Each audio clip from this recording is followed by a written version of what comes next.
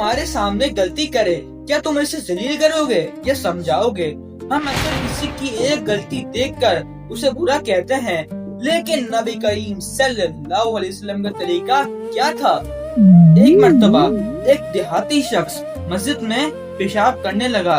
साहबा रज़ियल्लाहु ताला अन्हु उनकी तरफ बढ़े, लेकिन नबी करीम सल्लल्लाहु अलैहि वसल्लम ने उन्हें रोक दिया। फिर जब वो पेशाब करके फारिग हो गए तो नबी करीम सल्लल्लाहु अलैहि वसल्लम ने उसे नरमी से समझाया कि मस्जिद इस काम के लिए नहीं है। सोचिए, गलती हुई, लेकिन नबी करीम सल्लल्लाहु अलैहि वसल्लम ने उस शख्स को जलील नहीं किया। पहले सिचुएशन को संभाला, फिर हिकमत और नरमी से समझाया।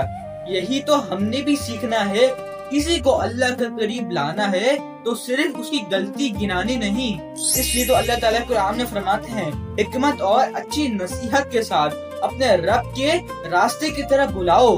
आज किसी की गलती देखो, पहले उसे जलील करने के बजाय नरमी से समझाने की कोशिश करना। अगर आप कुरान और सही हदीस की रोशनी में ऐसी याद दहानी चाहते हैं तो अभी ब्यूटी ऑफ इस्लाम को फॉलो कर लीजिए।